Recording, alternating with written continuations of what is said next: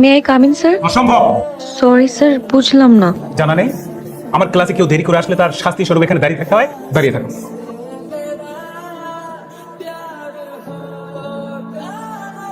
মেয়েটার কথা বলতেছি।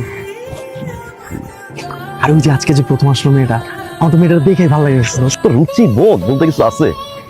এটা গোল একটা চেহারা, চুল কাটছে কিরকম দেখ তুই, একটু করে চুল কাটছে এরকম ছেড়ে দিছে, মনে হয় চাইনিজ। 80 50 এই মেয়ে তো সেন্স কমন সেন্স কিচ্ছু নাই, তো ননসেন্স। আরে আমার তো ভালো লাগছে। কি রে তুই এখানে? আমি আসলে দেখতে আসলাম বুঝছিস, ওর বাসা থেকে কলেজ পর্যন্ত যেতে কি পরিমাণে জ্যাম পড়ে, দেরিও বা কেন হয়। আচ্ছা, তুমি কি সিটি কর্পোরেশনে জব করো? আমি সিটি কর্পোরেশন জব করিও না, জব করার ইচ্ছাও নাই, তবে কেউ চাইলে করতে পারি। আচ্ছা, ও আমার বেস্ট ফ্রেন্ড। আয়ার সেটা আমি তোমার ফ্রেন্ড হতে চাই না। হাই, আমি রিধি। আমি তোমার ফ্রেন্ড হতে চাই না, বাট আমার একটা ভাইয়ের দরকার। আসি। তোর ফ্রেন্ড আছে না দিদি, ওর সাথে প্রেম করতে চাই। ঠিক আছে, করবি, কিন্তু আমার জন্য এক হাতের জন্য ঘড়ি আনবি, আরেক হাত তো খাবি। তুই লাগবে তো চুরি কানে দুল চশমা পরে দিয়ে দিছি, নোট যা।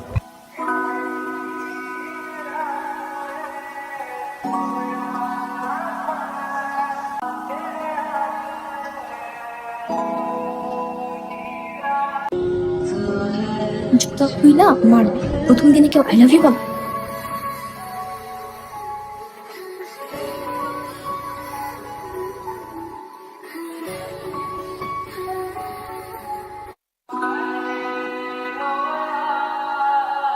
ওকে, দ্য ম্যাঙ্গো ইজ ভাই এটা স্যার, এটা হচ্ছে আমার মার প্রেসক্রিপশন স্যার, মানে কিছু ওষুধের নাম লিখে দিয়েছিল কাগজের মধ্যে, তো ওটা এখন একটু দেখছিলাম।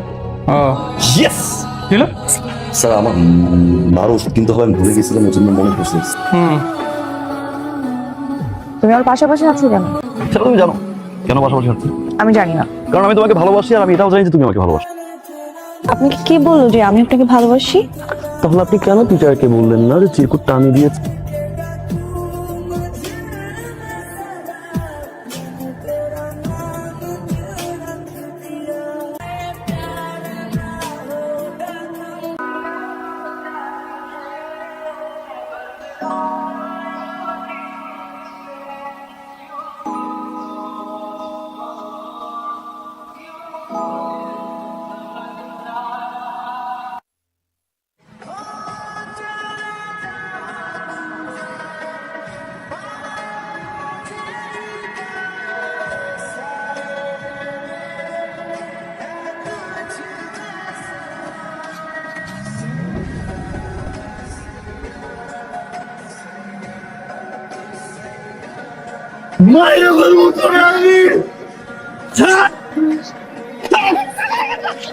হিরোগিরি দেখাস, দাঁড়া দেখতাছি তোর হিরোগিরি, বাইরে দেখা তোর ডলি বলি সব কাই চালাবো।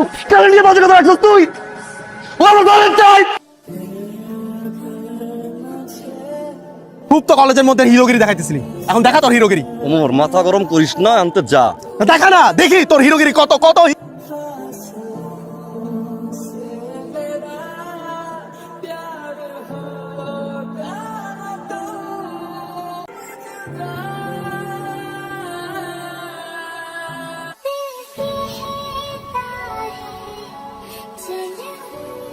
মাই লর্ড, একই কলেজে পড়াশোনা করত আমার মক্কেল মিস্টার আয়াস চৌধুরী।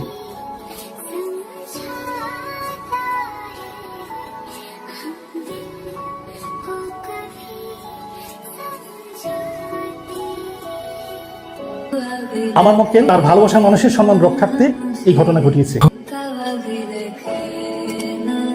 মিস রিদি, আমার মক্কেলের সাথে আপনার প্রেমের সম্পর্ক এবং সমস্ত ঘটনা আপনি আদালতকে খুলে বলুন।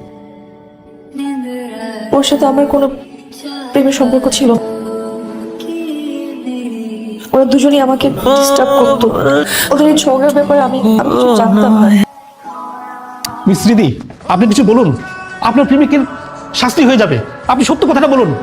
মহামান্য আদালত, আমার আর কিছু বলার নেই। এই আদালত সর্বসম্মতভাবে আসামি আয়াত চৌধুরীর অপরাধ অনুযায়ী তাকে যাবজ্জীবন কারাদণ্ড প্রদান করল।